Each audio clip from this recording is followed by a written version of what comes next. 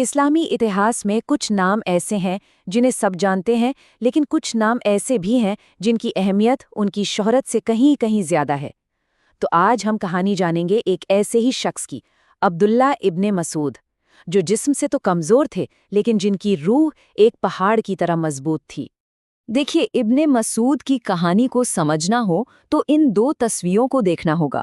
ایک طرف دنیا کی نظر میں ایک چھوٹے قد کا دبلا پتلا انسان جس کا کوئی رتبہ نہیں، کوئی بچانے والا نہیں، اور دوسری طرف روحانیت کی دنیا کا وہ ستارہ جسے اسلام کا چھٹا حصہ کہا گیا۔ تو سوال یہ اٹھتا ہے کہ اصلی حیثیت، اصلی وزن کس چیز کا ہوتا ہے؟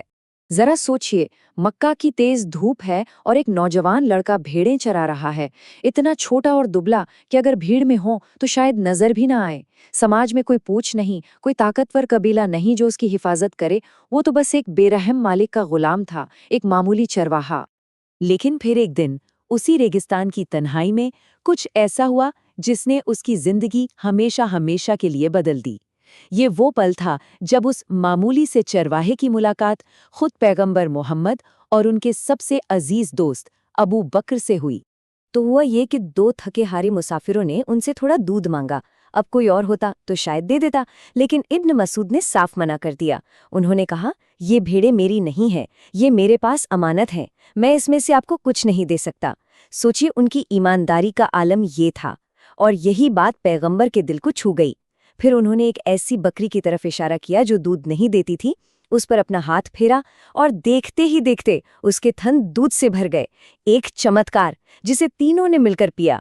دنیا جسے ایک معمولی چرواہا سمجھ رہی تھی، پیغمبر کی پارکھی نظر نے اس کی روح کی گہرائی کو دیکھ لیا تھا۔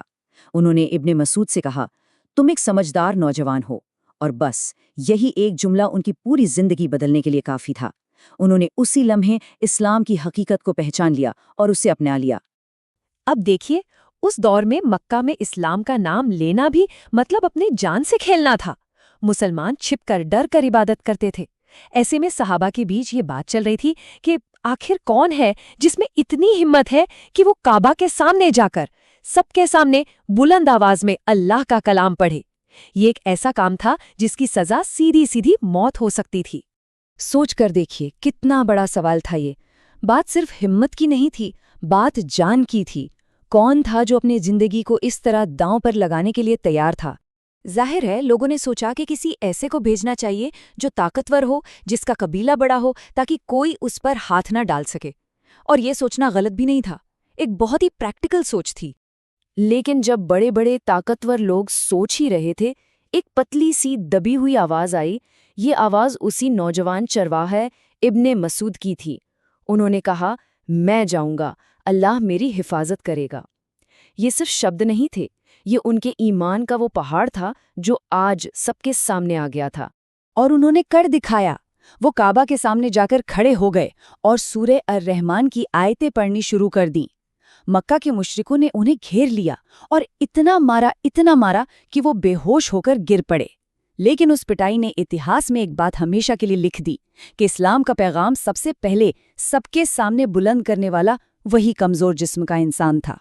ابن مسعود کے جسمانی قد کا مذاق اکثر لوگ اڑاتے تھے، لیکن ایک واقعہ ایسا ہوا جس نے ہمیشہ کے لیے طاقت اور حیثیت کی پریبھاشا ہی بدل کر رکھ دی، اور یہ نئی پریبھاشا خود پیغمبر نے دی تھی۔ ہوا یوں کہ ایک دن تیز ہوا چلی اور ابن مسعود کے کپڑوں سے ان کے پتلے پتلے پیر دکھنے لگے۔ یہ دیکھ کر وہاں موجود کچھ لوگ ہنس پڑے۔ یہ ایک چھوٹی سی عام سی بات لگ سکتی ہے، لیکن اسی لمحے نے ہمیں ایک بہت بڑی سیکھ دی۔ پیغمبر نے جب یہ دیکھا تو وہ ہنسے نہیں، ان کا چہرہ ایک دم گمبھیر ہو گیا، اور پھر انہوں نے جو کہا اس نے سب کی سوچ بدل دی۔ انہوں نے کہا، تم ان کی پتلی ٹانگوں پر ہنس رہے ہو؟ اللہ کی قسم، قیامت کے دن جب اعمال تولے جائیں گے تو یہ دو پیر ترازو پر احد پہاڑ سے بھی زیادہ وزنی ہوں گے۔ مطلب اصلی وزن جسم کا نہیں، ایمان کا ہوتا ہے۔ اب ایک طرف ابن مسعود اور دوسری طرف ابو جہل، جسم سے پہاڑ جیسا آدمی، قریش کا سب سے بڑا سردار، طاقت اور ظلم کا دوسرا نام، اور اسلام کا سب سے بڑا دشمن۔ اور پھر وہ دن آیا، بدر کا میدان تھا، اور دیکھیے قدرت کا کھیل۔ زمین پر کون گرا پڑا تھا؟ وہی ظالم ابو جہل۔ اور اس کی چھاتی پر پیر رکھ کر کون کھڑا تھا؟ وہی چرواہا عبداللہ ابن مسعود، جس کے ہاتھوں میں اس ظالم کا انجام لکھا تھا۔ چھوٹے نے بڑے کو، کمزور نے طاقتور کو ہرا دیا تھا۔ تو ان کی کہانی صرف بہادری کی نہیں ہے یا صرف ایمان کی نہیں ہے، ان کا اصل قد تو ان کے علم میں تھا، ان کی قرآن کی سمجھ میں تھا۔ یہ ان کی سب سے بڑی وراثت ہے۔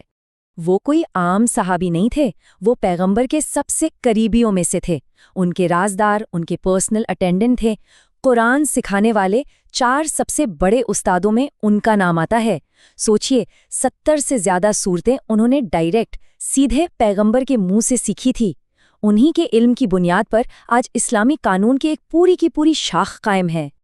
اور ان کی قرآن کی مہارت کی گواہی کسی اور نے نہیں، خود پیغمبر نے دی تھی۔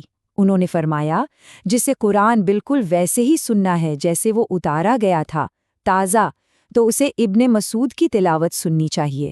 اس سے بڑا سمان اور کیا ہو سکتا ہے؟ تو یہ پوری کہانی ہمیں ایک بہت بڑے سوال پر لا کے چھوڑ دیتی ہے کہ اصل میں مہانتا ہوتی کیا ہے؟ ہم اسے کیسے ماپتے ہیں؟ کیا دنیا کی دولت، شہرت یا جسمانی طاقت سے، یا پھر ایمان، ہمت، سچائی اور علم سے؟ ابن مسعود کی زندگی ہمیں یہی بتاتی ہے کہ دنیا کی ترازو اور اللہ کی ترازو میں بہت فرق ہوتا ہے۔